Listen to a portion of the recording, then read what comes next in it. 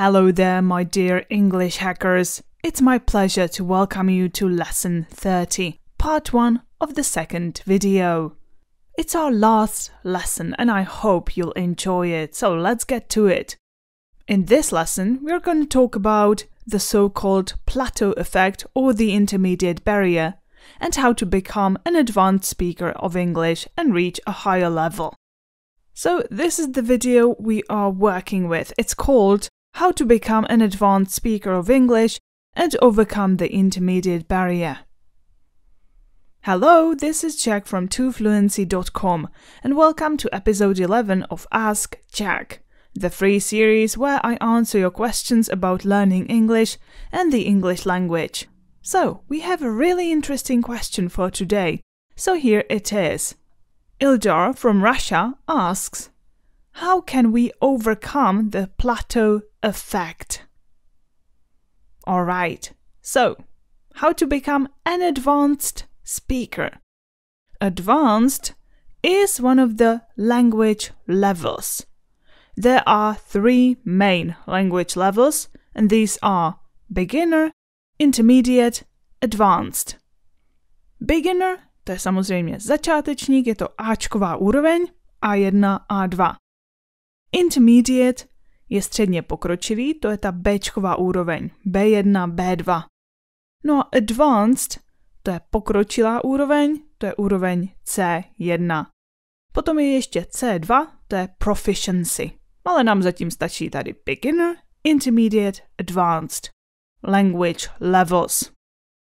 Hello, this is Jack from twofluency.com and welcome to episode 11 of Ask Jack, the free series where I answer your questions about learning English and the English language. Ahoj, tady je Jack z twofluency.com a vítám vás v epizodě 11 série Ask Jack, zeptejte se Jacka, což je série zdarma, kde odpovídám na vaše otázky o učení se angličtiny a anglickém jazyce. So, we have a really interesting question for today, so here it is. Ildar from Russia asks, how can we overcome the Plateau Effect? Co je to ten Plateau Effect, nebo intermediate barrier, si povíme v zápětí. Teď se pojďme zaměřit na to slovíčko overcome. Overcome, overcame, overcome je nepravidelné sloveso, samozřejmě odvozené z toho come, came. A znamená to překonat něco, zdolat něco, nějaký problém, překážku a podobně. Overcome, overcame, overcome. Takže jak můžeme překonat ten Plateau Effect? No a celé tohle video se nazývá How to Become an Advanced Speaker of English and Overcome the Intermediate Barrier. Čili jak se stát pokročilým mluvčím angličtiny a překonat intermediate barrier nebo plateau effect. To máme 3 jazykové úrovně, language levels, beginner, intermediate, advanced, začátečník, středně pokročilý a nové nepravidelné sloveso overcome, overcame, overcome. So, what exactly is the Plateau Effect or intermediate barrier? This is how Jack explains it. Thank you for this great question, Ildar. So the Plateau Effect is where you feel like you're not making any progress, that you've been at the same level for a long time, and this usually affects intermediate speakers, those English learners who have taken lessons in language schools, learned English in school, and they feel since that time, or for a few months now, that they've had the same level of English. Thank you for this great question, Ildar. So the Plateau Effect is where you feel like you're not making any progress. Takže ten takzvaný Plateau Effect je, když cítíte, jakože neděláte žádné pokroky. Make progress znamená dělat pokroky, postupovat kupředu. Je to taková fráze. Make progress. No a to slovíčko progress samo o sobě může být podstatné jméno pokrok, postup kupředu, anebo to může být také sloveso dělat pokroky, postupovat kupředu. Takže dělat pokroky, postupovat kupředu se dá říct 2 způsoby. Progress nebo make progress. So the plateau effect is where you feel like you're not making any progress, that you've been at the same level for a long time. Takže ten plateau effect je, když cítíte, jako že neděláte žádné pokroky, že nepostupujete kupředu, že jste dlouho pořád na té stejné úrovni. And this usually affects intermediate speakers. A tohle většinou ovlivňuje, týká se těch středně pokročilých studentů nebo mluvčích. And this usually affects intermediate speakers, those English learners who have taken lessons in language schools. Čili ty anglické studenty, kteří chodí na hodiny, dochází na lekce angličtiny v jazykových školách, learned English in school, učili se anglicky nebo učí se anglicky ve škole, and they feel since that time or for a few months now, a mají pocit, že od té doby, nebo po několik měsíců, they've had the same level of English. Mají pořád tu stejnou úroveň angličtiny. Take lessons znamená chodit na hodiny, docházet na lekce čeho, čili brát lekce něčeho. Take lessons. Zase je to taková fráze. Alright, I've got 2 examples for you. I've decided to take English lessons with a native speaker to finally make some progress on my language skills. How would you translate it, please?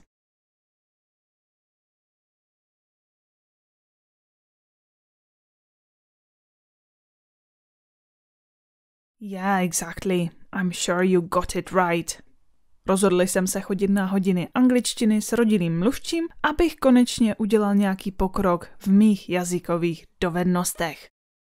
I've decided to take English lessons with a native speaker to finally make some progress on my language skills. Alright, another example. His new job is stressful and it's begun to affect his health as well. Translate, please.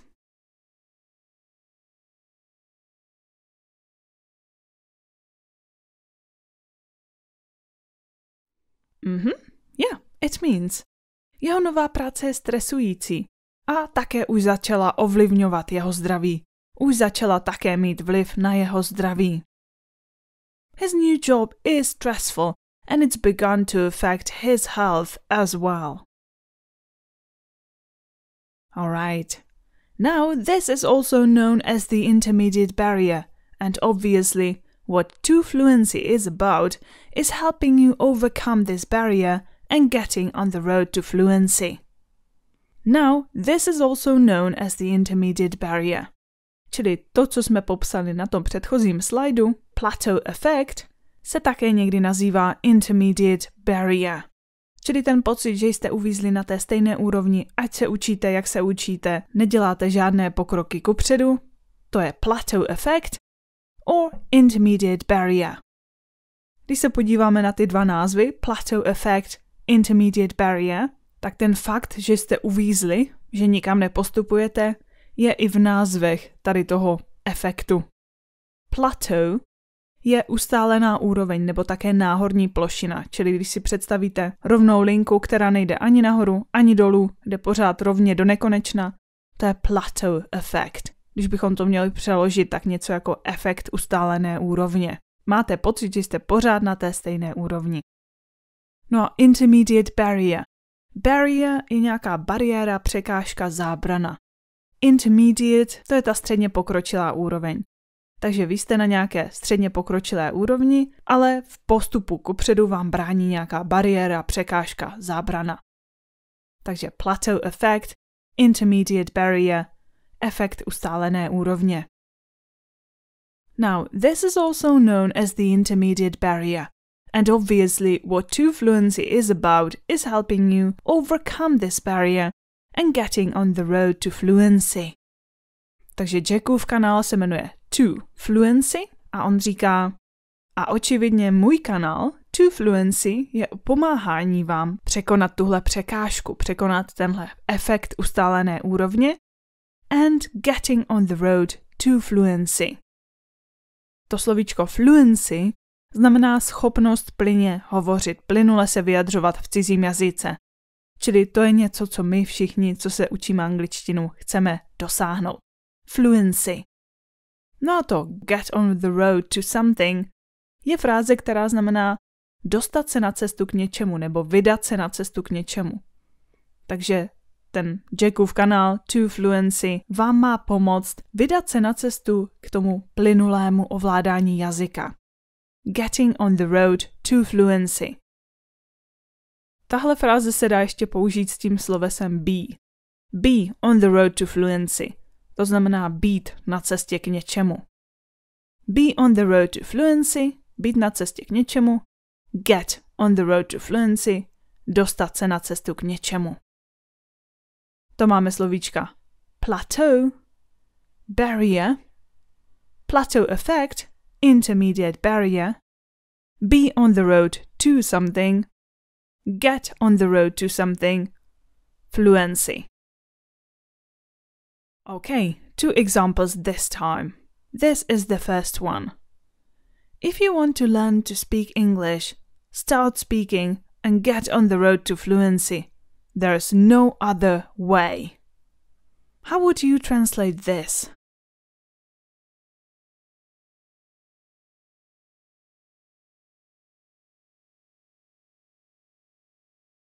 Yes, exactly. This is the advice I give all the time. Pokud se chcete naučit mluvit anglicky, začněte mluvit a vydejte se na cestu k plynulému ovládání jazyka. Neexistuje jiný způsob.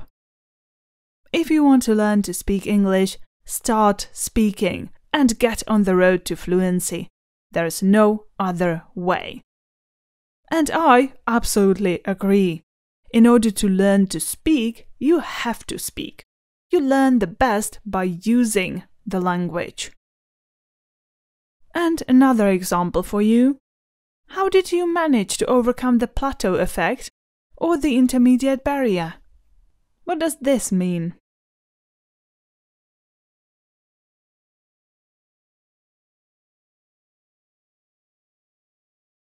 Yeah, sure, nothing complicated here. It means, jak se vám podařilo překonat ten efekt ustálené úrovně? How did you manage to overcome the plateau effect or the intermediate barrier? Well, if you managed to overcome the plateau effect or the intermediate barrier, you can stop this video and answer this question. And write it down below in the comment section. I would be very interested to read it. In the meantime, let's continue. Before I talk about how you can overcome this, it's important to know that sometimes it's very difficult to notice our progress, because learning English is all about doing lots of little things, and it's about learning how to use one word, how to use this type of grammar, learning, how to pronounce this correctly. Okay, before I talk about how you can overcome this, ještě předtím, než začnu mluvit o tom, jak to překonat, tenhle efekt ustálené úrovně, it's important to know that sometimes it's very difficult to notice our progress. Je důležité vědět, že někdy je velmi těžké si všimnout našeho pokroku, našeho postupu kupředu. Notice znamená všimnout si, všímat si, spozorovat něco. Čili někdy je velmi těžké si všimnout, spozorovat ten náš postup kupředu. Sometimes it's very difficult to notice our progress, because learning English is all about doing lots of little things. Protože učení se angličtiny je o tom, že děláte spoustu drobných věcí. And it's about learning how to use one word. Je to o učení se, jak použít jedno slovíčko. How to use this type of grammar. Jak použít tenhle typ gramatiky. Learning, how to pronounce this correctly. Učení se, jak tohle správně vyslovit. Pronounce je vyslovit, vyslovovat něco. Pronounce.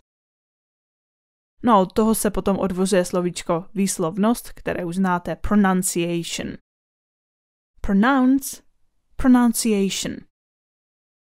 No a co je to to červené Když bychom to měli přeložit do slova, tak to znamená něco jako víte, víš. V tomhle případě to ale vlastně nenese žádný význam. Ten mluvčí, nebo Jack, to použil v té větě, protože potřeboval získat více času na to, aby si rozmyslel, co chce říct dál. Čili místo toho, aby vydal takový ten klasický zvuk a získal víc času, tak tady řekl you know. Takže je to taková další z těch berliček, jako kind of, sort of, well a tak dále. Takže learning you know how to pronounce this correctly. Takže tím you know získáváte v mluvené angličtině čas na to, abyste si mohli rozmyslet, co řeknete dál.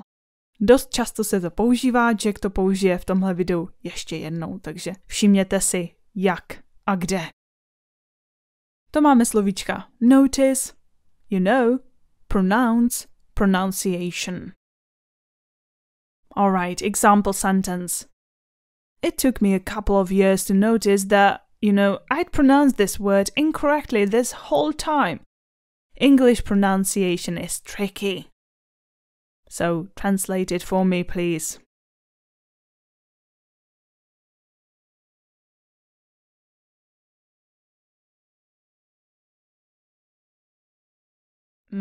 Exactly. Trvalo mi pár let, než jsem si všimnul, že jsem tohle slovíčko vyslovoval celou tu dobu špatně, nesprávně. Anglická výslovnost je ošidná. It took me a couple of years to notice that, you know, I'd pronounced this word incorrectly this whole time. English pronunciation is tricky. Alright guys, so please, notice your progress. It is there, I promise. If you learn every single day and you work hard, you definitely make some progress. You just have to notice it. Let's continue. So there are many tiny little things that make up the way we speak English. So therefore it might feel like you're not making progress, but maybe you are. Having said that, most learners aren't doing the right things, or they're not doing the most effective things to help them reach that high level. So there are many tiny little things that make up the way we speak English. Slovíčko tiny znamená maličký, drobný. Je to něco jako když máte big a huge, velký a obrovský, tak little a tiny jsou jejich protiklady. Malý, maličký. Tiny. Takže je tu spoustu maličkých věcí. So there are many tiny little things that make up the way we speak English, které utváří to, jak mluvíme anglicky. Make up je nové frázové sloveso, které znamená tvořit, utvářet co. Make up. Čili tyhle drobonké detaily, tyhle maličké věci utváří způsob, jaký mluvíme anglicky. So there are many tiny little things that make up the way we speak English. So therefore it might feel like you're not making progress, but maybe you are. A z toho důvodu a proto se možná zdá, nebo se může zdát, že neděláte žádný pokrok, ale možná děláte. Therefore je vlastně synonymum that's why. Znamená proto, z toho důvodu. So therefore it might feel like you're not making progress, but maybe you are. Having said that, most learners aren't doing the right things or they're not doing the most effective things to help them reach that high level. Having said that je vlastně taková zkrácená verze věty Now when I've said that already, most learners bla bla bla. Takže having said that znamená něco jako navzdory tomu, co jsem právě řekl. Čili vy řeknete nějakou větu, která je naprosto pravdivá, no a potom zatím chcete udělat tečku a chcete říct něco, co tomu tak trochu odporuje, ale je to taky pravdivé. Takže navzdory tomu, co jsem právě řekl, většina studentů nedělá ty správné věci nebo nedělá ty nejefektivnější věci, které by jim pomohly dosáhnout toho vyššího levelu, té vyšší úrovně. Having said that, most learners aren't doing the right things or they are not doing the most effective things to help them reach that high level. Slovíčko reach znamená dosáhnout čeho, dospět kam, nebo dosáhnout na co. Reach. Reach that high level. Dosáhnout té vyšší úrovně. To máme slovíčka tiny, make up, therefore. Having said that, reach. Alright, it's time to give you a few examples. This painting is made up of these tiny specks of sand. What does this mean?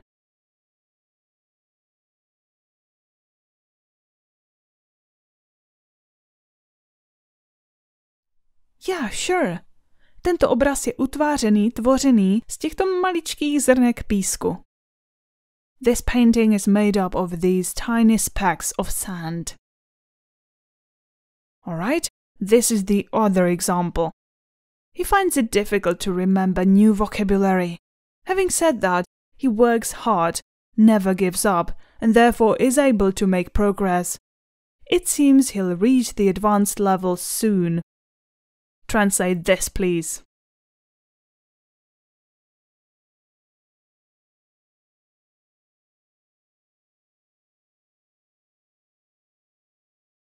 Yeah, it means. Je pro něj těžké si zapamatovat nová slovíčka, novou slovní zásobu. Přesto však pracuje tvrdě, nikdy se nevzdává a proto je schopný dělat pokroky. Zdá se, že pokročilé úrovně dosáhne brzy. He finds it difficult to remember new vocabulary. Having said that, he works hard, never gives up, and therefore is able to make progress. It seems he'll reach the advanced level soon. So, the more you improve at English, the deeper you go, the trickier it gets, because you have to focus on these tiny little things that make up the way we speak English. And therefore it might seem like you're not making any progress, but maybe you are. So notice your progress, please. Let's continue. For example, it's much more effective to take a one-to-one lesson with someone rather than sitting in a lesson with 20 of the students talking about grammar. It's also more effective to learn new words and phrases through sentences. Now, most learners try to learn single words, and they try to learn grammar rules, but using a method such as the sentence method is much more effective. For example, it's much more effective to take a one-to-one lesson with someone. Například je mnohem efektivnější chodit na individuální lekce s někým, nebo brát individuální lekce s jedním. Lekce jeden na jednoho. One-to-one lesson. To one-to-one znamená, že jsou tam dva lidé, kteří spolu mluví. One-to-one. To znamená individuální, mezi 4 očima, jeden na jednoho. For example, it's much more effective to take a one-to-one lesson with someone rather than sitting in a lesson with 20 of the students talking about grammar.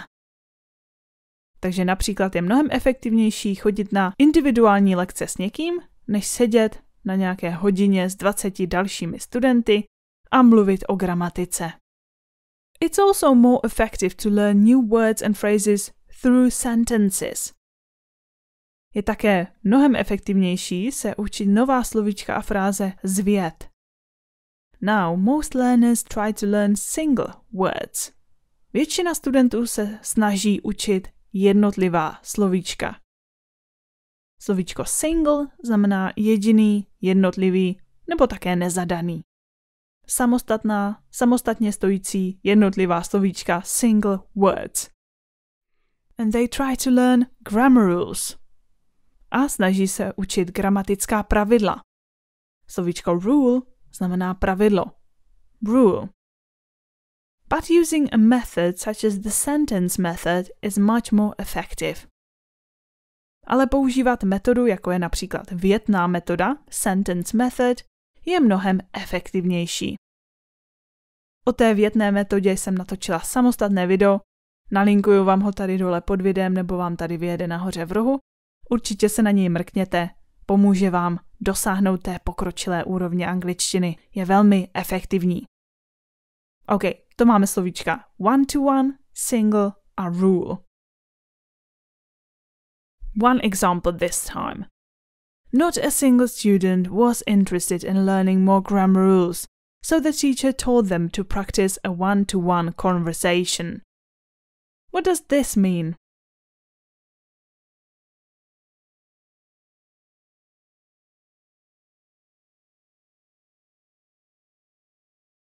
Of course, it means ani jediný ze studentů neměl zájem učit se víc gramatických pravidel. A tak jim učitel řekl, ať si procvičují individuální konverzaci. Ať si procvičují konverzaci 1 na 1. Not a single student was interested in learning more grammar rules, so the teacher told them to practice a one-to-one conversation. So, another tip for you. Do the things which are really effective. So, there are many things that we can do to change the way that we learn, and if you feel like you're stuck, like you're still an intermediate learner, then know you can make many changes to the way you learn in order to make faster progress. So, there are many things that we can do to change the way that we learn. Takže existuje mnoho věcí, které můžeme udělat, abychom změnili způsob, jakým se učíme.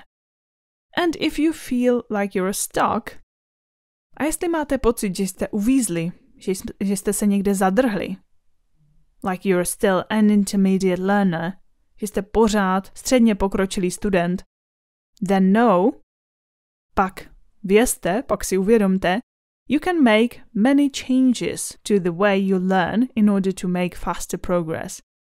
Že můžete udělat mnoho změn ve způsobu, jakým se učíte angličtinu, abyste mohli postupovat nebo dělat rychlejší progres, rychlejší pokroky.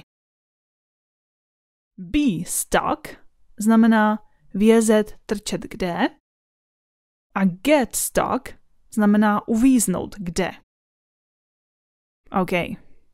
Tell me, do you feel like you're stuck and not making any progress in your English?